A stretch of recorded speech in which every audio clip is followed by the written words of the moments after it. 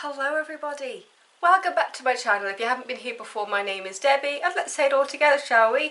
I read a lot of books. Today's book is Our Kind of Cruelty by Araminta Hall. Blurb. Just gonna get straight in there. Mike and Verity have a special game, the Crave. They play it to prove what they already know, that Verity loves Mike, that she needs Mike, even though she's marrying another man. Now Mike knows that the stakes of their private game are rising. This time, someone has to die. That's it. That's the blurb. The front of the book says, he says it's love, she says it's obsession. This one, it didn't feel as long as other books. It says it's 368 pages. When you cut off like the beginning, I'd probably put it about 355 maybe. It's in crime, thriller and legal, and it's all done from the point of view of Mike. And I found it really, really frustrating. I can only imagine how it is for people who know people like Mike. He is obsessed with his ex-girlfriend.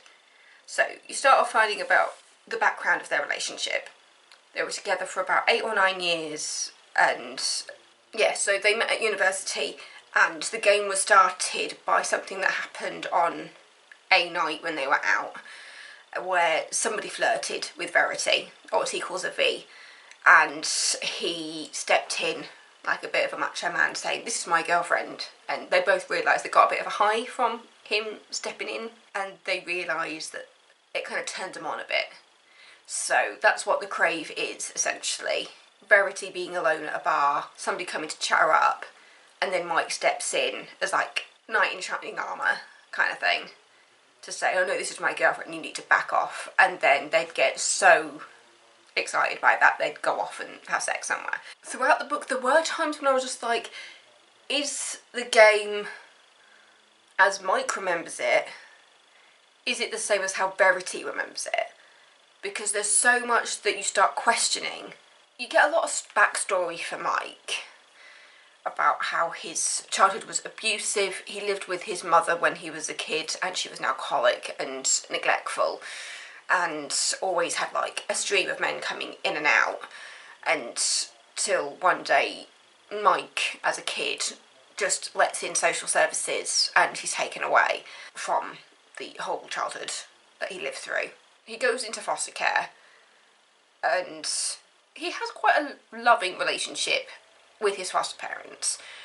He definitely cares for them, but it's obvious that he's still a child a bit.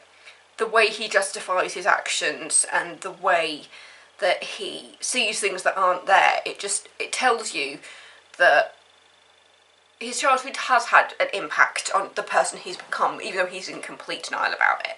The amount of people that tried to get him help and tried to get him into therapy, and he's there going, "I'm fine, I'm normal." And it's just like, you're not normal, mate. This is not normal behaviour. And this is not me saying, like, what is normal. It's a case of Mike has an obsession with Verity to the point where he cannot see straight at all. Mike and Verity break up when he sleeps with somebody else while he is in America. He's there for a few years just kind of for work, and later you find out that Verity used that as an excuse because she was falling in love with somebody else. So they were both did each other dirty there, but Mike having the affair, I say affair, it was a one-night stand, but Mike sleeping with somebody else was the catalyst for Verity to say, okay, I don't have to do this breakup anymore. He has just given me the perfect way out of this relationship because it has been falling apart for a while, and Mike just can't see it. So when Verity moves on quite quickly to somebody else and gets married less than a year after they've broken up, Mike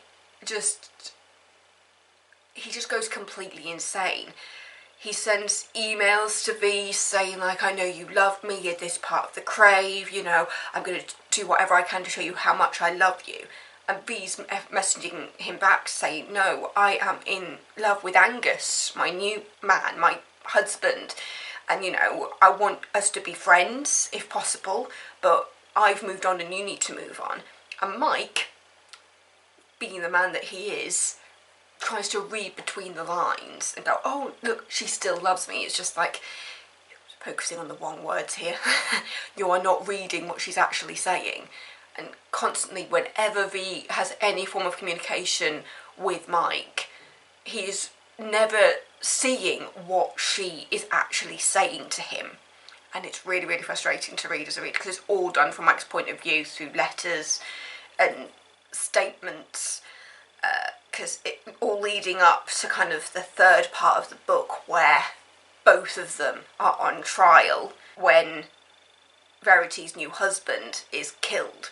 I'm not going to tell you too much about the lead up to that, but it does end with Angus dying. And through that, I started to question myself quite a lot while I was reading it. I was just like, wait, so does Verity really know what Mike was doing with the Crave? Is her version of events going to be slightly different? Are we ever going to hear from Verity's point of view? Which, unfortunately, you don't.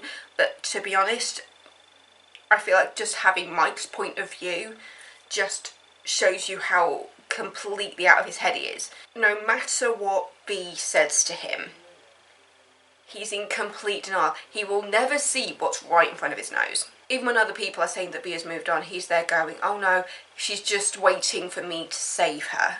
He got V an eagle necklace while they were early in their relationship, which you later find out was actually part of the Crave a bit. She'd always touch her necklace, she'd touch the eagle whenever she needed to be saved by Mike. So if they were in that Crave game and somebody was hitting on her, her signal to Mike would be to touch the necklace, and that would be when he would swoop in like an eagle to save her. And he always refers to himself as her eagle. And there's a point actually towards the end of the book when you realise he's just never going to see anything. Because there's a point when she sent him a postcard with a picture of an eagle flying over the mountains, and on the back it says, "You're not." Most people would interpret that as, "You're not my eagle." He refers to it as, "You are not guilty." It's just like, there's nothing she can do to get through to him. He is so on one track. He is convinced that she needs saving, but she doesn't. I will say that for anybody who might be triggered by abuse and rape, this will be a very, very hard read for you. Don't put yourself through it if that is a trigger for yourself. There was a point, kind of in the middle of the book-ish, where I was just there thinking, oh no, is Mike going to rape her? Thinking it's consensual, where it's spelled out completely for the reader.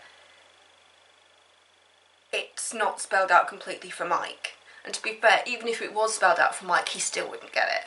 And that's what's just so frustrating about it. But it is such a powerful book about those kind of people, and I feel so sorry for anybody out there who has to deal with somebody who has got that kind of obsessive personality and is a bit of a narcissist, to be honest, because he is so within himself, he cannot see anything beyond the end of his nose.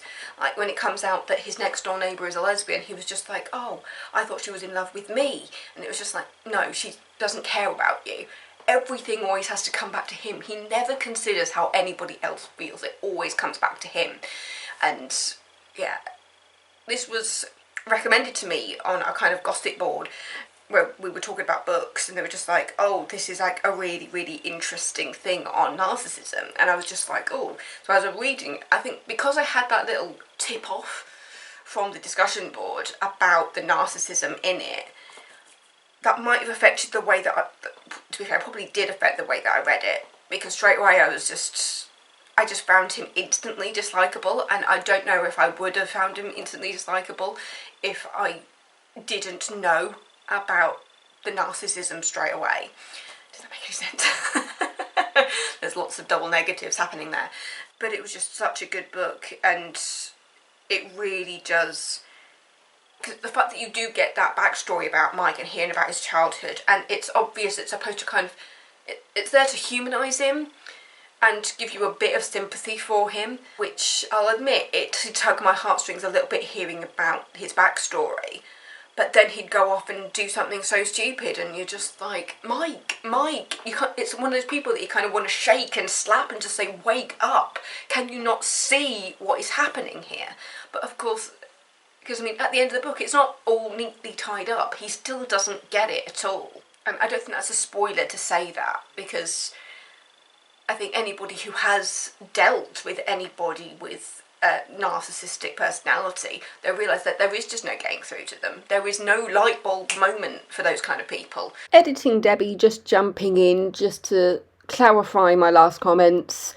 I have since learnt that people can get therapy for narcissism and that it can be helped. There is no cure for it, but there are forms of therapy to help people understand where their narcissistic personality traits come from and how to handle it. But yeah, I just want to let you know that I have since learned, and that my last statements came from a bit of miseducation. Back to the video. Yeah, I mean, I think there probably is a light bulb moment for some of them, but for the majority of it, they just don't get it. They don't realise what they're doing, they don't realise how they're alienating everybody around them. And this also goes off that idea, is it nature versus nurture type kind of thing, because he had the abusive childhood with his mother, and, you know, there's that question mark over whether it stunted his mental growth. But then he did go into a loving family with the foster family, but it was just so good. The way it makes you question yourself as you're reading it, when you're there going, wait, what's Verity's side of this? What does she think? And there was almost a point when I thought they were in on it together. And I was just like, what if it comes out that at the end of all of it, that this was part of the game? That she does want saving from her new husband. But at the same time, you've just got all those emails and all those correspondences where V is saying, no, I've moved on, go away, live your life. But Mike just keeps saying, help me, save me, be my eagle. And yeah, it's frustrating but fascinating and just incredibly, incredibly interesting. I've never ever read a book like this, and I don't think I've ever felt this way after reading a book before. I finished it last night. I got home from work after reading it on my lunch break, and I was just like, I've got about 20 pages left. I just need to finish this book. And yeah, it was just so good.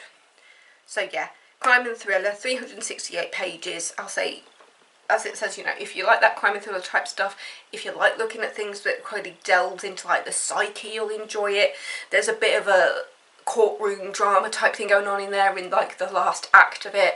So I think there's quite a lot for all sorts of people. There are some slight comedy elements, because obviously it would be very hard to read if it didn't have that kind of wave to kind of break up the really, really dark parts. There are times when like he's trying to set up the house as if B's coming home, and he's just there thinking, oh no, B doesn't like those colours, so I'll go for these colours. And then he sees it's just like, yeah, I chose those colours right because she's wearing them. And it just breaks up like the really, really dark parts of the story with some occasional lighter bits. It's the way it humanises him with that backstory, because so many people look at somebody like that who just can't see anything beyond what they want to see. And a lot of the time I don't think we consider their backgrounds and what's put them in that position and why they think like that.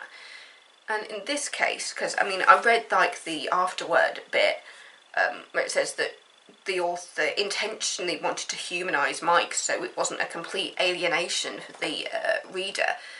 But yeah, it was just so clever, it was so good. It was released July 2018, and yeah, this was just such a good book. I haven't even shown you the front cover yet. There you go. Our Kind of Cruelty.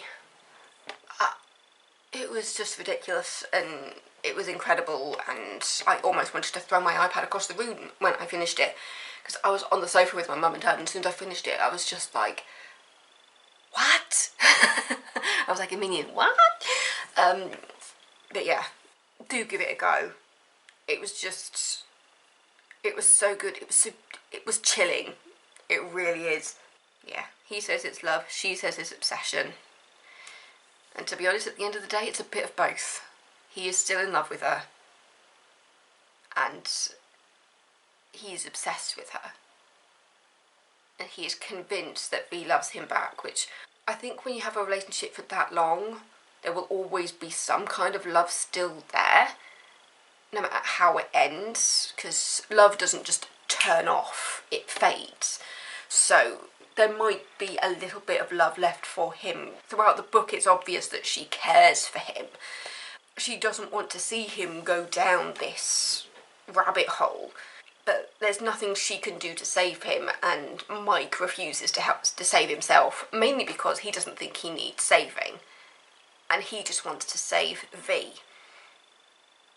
Yeah. Our Kind of Cruelty, Araminta Hall. I'd love to have a chat with people who have read this book, because it was just so turning the cogs in my brain. But yeah, so thank you so much for watching. Don't forget to subscribe, and I will see you next time with another video. Stay safe, everybody. Love you.